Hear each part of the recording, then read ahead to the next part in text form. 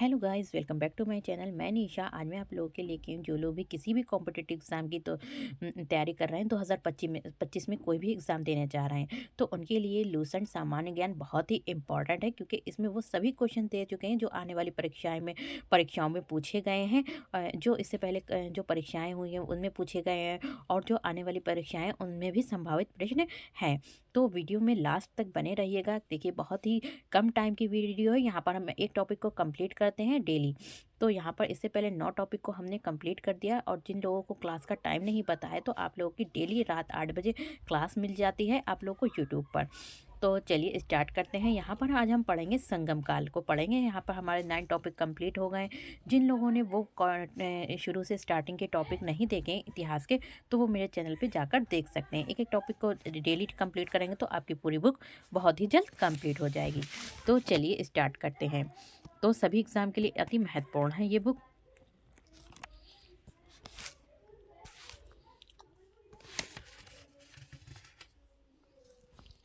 तो देखिए, यहाँ पर हमारा क्वेश्चन नंबर 1 है।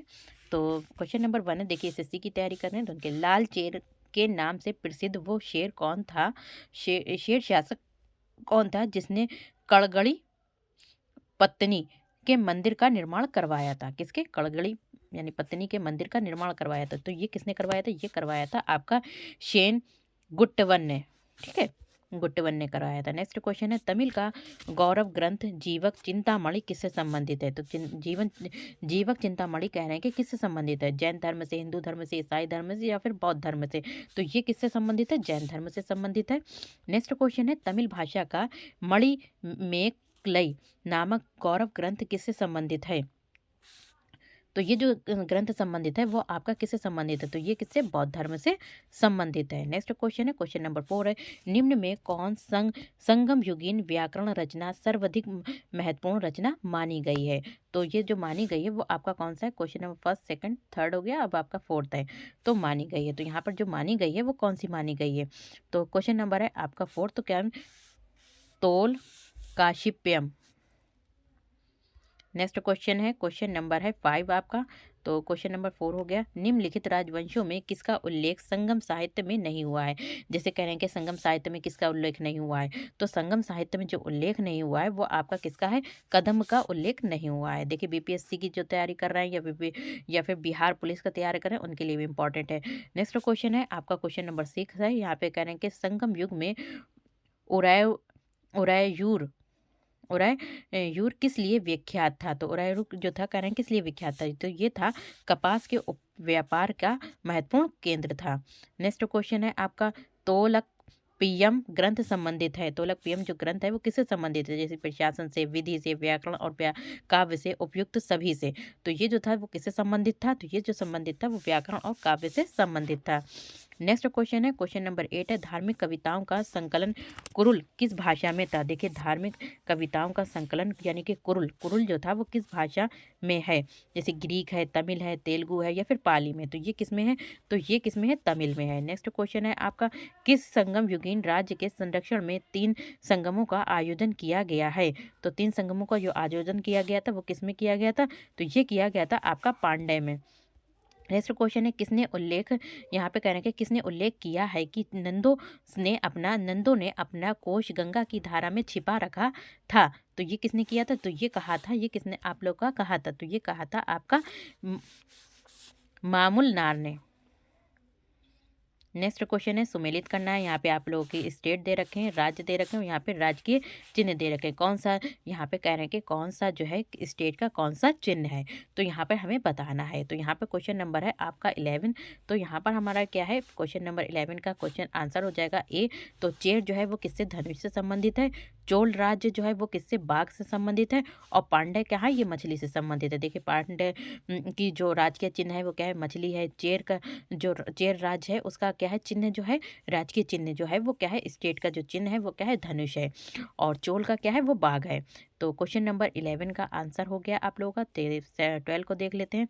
यहाँ पे हमें सुमेलित करना है। यहाँ पे पुस्तक दे रखी है और यहाँ पे उनके लेखक दे रखे हैं। देखिए, इनके राइटर कौन है, कौन सी पुस्तक किसने लिखी है। तो यहाँ पर हम लोग ये भी देख लेते हैं कि कौन सी बुक किसने लिखी है। तो चलिए देख लेते हैं यहाँ पर। तो क्वेश्चन नंबर 12 को देख लेते हैं। जो इसका राइट आंसर है वो आपका ए हो जाएगा, तो इसके अकॉर्डिंग हम मिला देते हैं। तो ए को फर्स्ट से मैच कर देते हैं, तोलकपियम। तो ये किसने लिखा है? तोलकपियर ने। शिल्पादी कारम, तो ये क्या है? इलांगो आर्डिगल ने।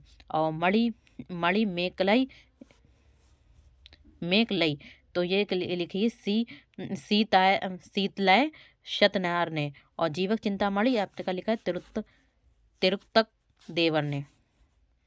नेक्स्ट क्वेश्चन है क्वेश्चन नंबर 13 है। सुमेलित यहाँ पे भी करना है। तो यहाँ पर आपके क्या दे रखे हैं? क्षेत्र दे रखे हैं, और यहाँ पे आपका उनका अर्थ दे रखा है। तो चलिए इनको भी देख लेते हैं। तो क्वेश्चन नंबर है आपका 13। तो इसका 13 का भी आपका राइट आंसर आपका क्या है? आपका ए है। तो 13 का राइट आंसर आपका ए है, जिसको हम इसके अकॉर्डिंग ही मैच करेंगे। फर्स्ट का ए कुरुंजी। कुरुंजी क्या है? आपकी पहाड़ी है। पालाई क्या है? आपका मरुभूमि निर्जल स्थल है। मुल्लाई क्या है? आपका जंगल। थर्ड से मिला देते हैं, तो यहाँ पे क्या है? जंगल है। मरुदम क्या है? आपकी कृषि भूमि है। नेउल जो है वो तटीय प्रदेश है। नेक्स्ट क्वेश्चन है क्वेश्चन नंबर है आपका 15। तो चलिए देख लेते हैं फटाफट, इन्हें भी देख लेते हैं। तो कपाटपुरम या फिर अलवे में संपन्न द्वितीय संगम का एकमात्र शेष ग्रंथ कौन सा था? तो यहाँ पे शेष ग्रंथ जो था वो कौन सा था? तो शेष ग्रंथ कौन सा है आपका?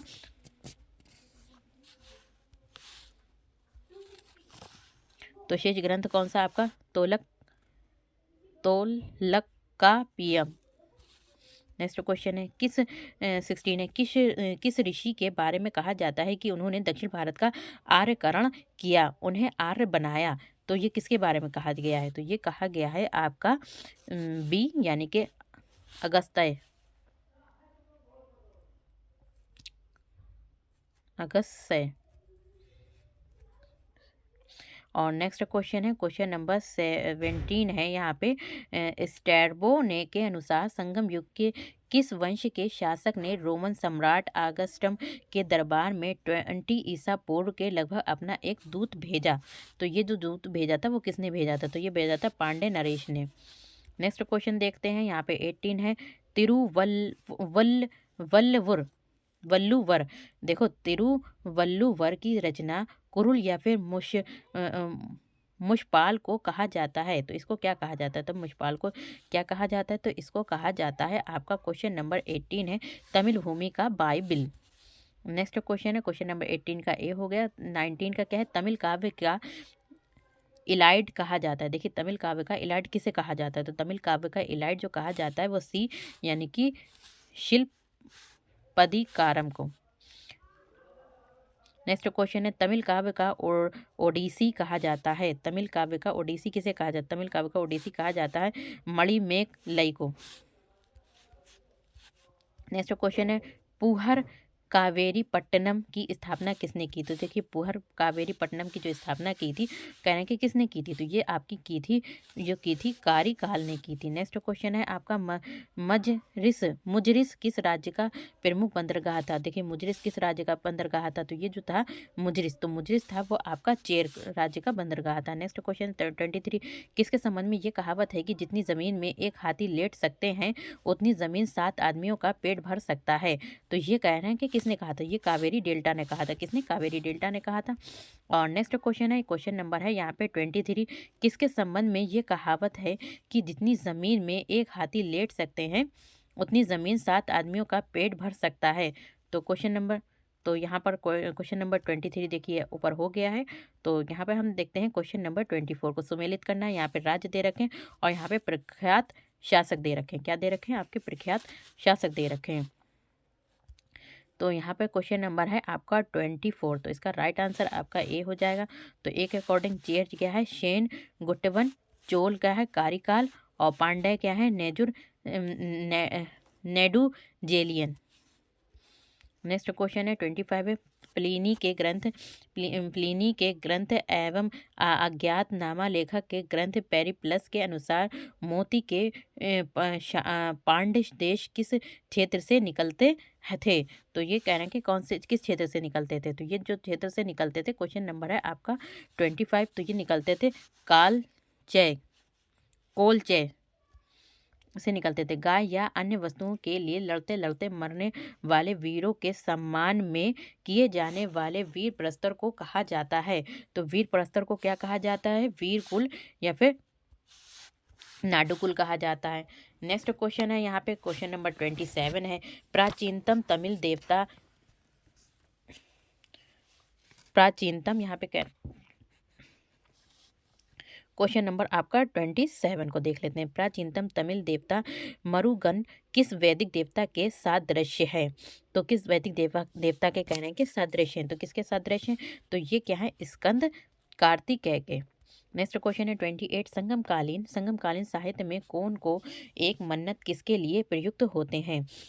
कौन या फिर को एवं मन्नन किसके लिए प्रयुक्त होते हैं? प्रधानमंत्री के, राजस्व मंत्री के, या फिर सेना अधिकारी, या फिर राजा के। तो किसके होते हैं? तो ये जो होते हैं वो किसके? राजा के होते हैं।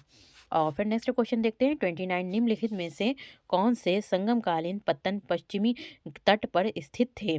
नीचे दिए गए कोट से सही उत्तर मिलाना है। क्वेश्चन नंबर 29 का हमारा आंसर है कौन सा है? वो आपका आंसर है सी, केवल थर्ड और फोर्थ राइट है आपके। क्या है? सी, थर्ड और फोर्थ, जैसे तौड़ली और मुशीरी।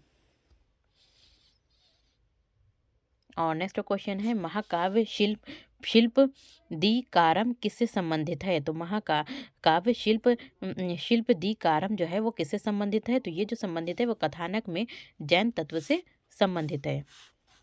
नेक्स्ट क्वेश्चन है मणिमेख लई के लेखक कौन है? तो मणिमेख लई के जो लेखक हैं वो आपके कौन है?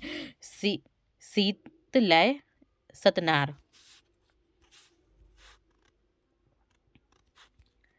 फिर नेक्स्ट क्वेश्चन देखते हैं, क्वेश्चन नंबर आपका 31 भी हो गया आपका।